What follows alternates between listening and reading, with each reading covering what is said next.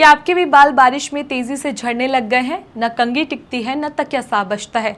बालों की जड़ों से झड़ने की एक कहानी सिर्फ मौसम की नहीं हो सकती, क्योंकि हो सकता है ये कोई आम हेयर फॉल ना हो, बल्कि स्कैल्प इन्फेक्शन की निशानी हो। जी हाँ, बारिश के मौसम में सिर्फ सड़कों पर कीचड़ नहीं होता, हमारे सिर की त्वचा यानी स्कैल्प पर भी गंदगी और नमी से ऐसी परतें जमने लगती है जो बालों को कमजोर कर देती है। और अगर वक्त रहते ध्यान न दिया जाए तो बात सिर्फ झड़ते बालों तक नहीं रहती, गंजेपन और स्किन इन्फेक्शन तक जा सकती है।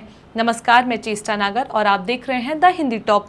इस वीडियो को अंत तक आप लोग ज़रूर देखिएगा, क्योंकि आज हम बात करेंगे उन असली कारणों की जो इस मॉनसून में आपके बालों के दुश्मन बन चुके हैं। साथ ही जानेंगे कुछ आसान लेकिन असरदार तरीके जिससे आप स्कैल्प को साफ रखकर बालों को गिरने से बचा सकते हैं। बारिश का मौसम जितना सुकूनदायक लगता है, उतना ही बालों के लिए खतरा बनता है। नमी, गंदगी, बार बार भीगना और सही तरीके से देखभाल ना करना, ये सब मिलकर स्कैल्प को बीमार कर देता है। और जब स्कैल्प बीमार होता है तो सबसे पहले असर हमारे बालों पर पड़ता है। हमने अगर गौर किया हो तो बारिश के मौसम में कई बार बाल अचानक झड़ने लगते हैं। कभी पूरे सिर से एक साथ झड़ते हैं तो कभी कुछ हिस्सों में बाल पूरी तरह उजड़ जाते हैं। और इसी के साथ स्कैल्प पर खुजली, जलन, सफ़ेद पपड़ी या छोटे छोटे घाव भी दिखने लगते हैं। ये सारे लक्षण बताते हैं कि बात सिर्फ हेयर फॉल की नहीं है, बल्कि स्कैल्प इन्फेक्शन की है। तो क्या होता है ये स्कैल्प इन्फेक्शन? स्कैल्प इन्फेक्शन यानी सिर की त्वचा पर बैक्टीरिया, फंगल या फिस्ट का हमला। बारिश के मौसम में जब सिर में लगातार नमी बनी रहे, बाल ठीक से सूख नहीं पाते, तब ये इन्फेक्शन तेजी से फैलता है। खासकर अगर आपने किसी और तौलिए, कंघा या हेयर प्रोडक्ट इस्तेमाल किया हो तो ये इन्फेक्शन फैलने की संभावना और बढ़ जाती है। सबसे आम स्कैल्प इन्फेक्शन फंगल होता है, जो सिर पर गोल गोल लाल रेशेस के रूप में दिखता है और उस जगह के बाल झड़ जाते हैं। इस इन्फेक्शन में खुजली, जलन, सूजन और स्किन की परत उतरनी आम बात होती है। अब बात करते हैं बारिश में स्कैल्प इन्फेक्शन क्यों बढ़ता है। इस मौसम में हवा में नमी ज़्यादा होती है, बाल भीगते हैं, सूखते नहीं, और हम कई बार गीले बालों को बांध लेते हैं। इससे स्कैल्प में फंगस और बैक्टीरिया पनपने लगते हैं।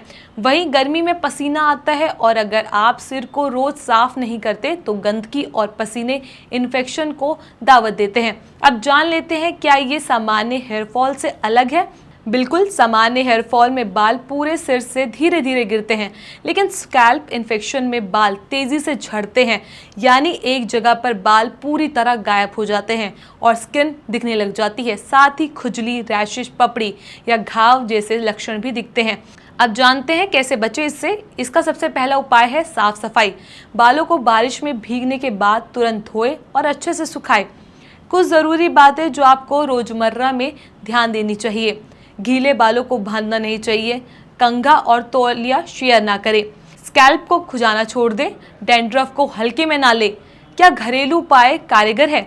कुछ हल्के इन्फेक्शन में घरेलू उपाय फायदेमंद हो सकते हैं, जैसे नीम का पानी, aloe vera gel, tea tree oil. लेकिन याद रखिए, अगर लक्षण बढ़ता जा रहा है, खुजली या बाल झड़ने रुक नहीं रहे, तो तुरंत डॉक्टर से मिले। घरेलू उपाय सिर्फ हल्के मामलों में काम आते हैं, गंभीर मामलों में दवाई ही असर आती है। तो दोस्तों, अगर आपके बाल इस मौसम में तेजी से झड़ने लगे हैं, खासकर अगर साथ में खुजली, जलन, पपड़ी जैसी समस्याएं दिख रही है, तो इसे नज़रअंदाज मत कीजिए। ये कोई मामूली हेयर फॉल नहीं है, बल्कि स्कैल्प इन्फेक्शन हो सकता है, जो धीरे धीरे आपके सिर की सेहत छीन सकता है।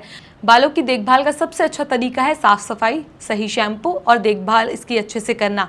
घरेलू नुस्खे हल्के मामलों में मदद कर सकते हैं, लेकिन अगर समस्या बढ़ रही है तो डॉक्टर से मिलना एक बार बेहद ज़रूरी है। ऐसी और भी हेल्थ से जुड़ी जानकारियों के लिए आप हमारे चैनल द हिंदी टॉप को सब्सक्राइब कर ले, साथ ही बेल आइकन दबाना ना भूलें। इसके अलावा आप हमें एक्स, फेसबुक और इंस्टाग्राम पर भी फॉलो कर सकते हैं।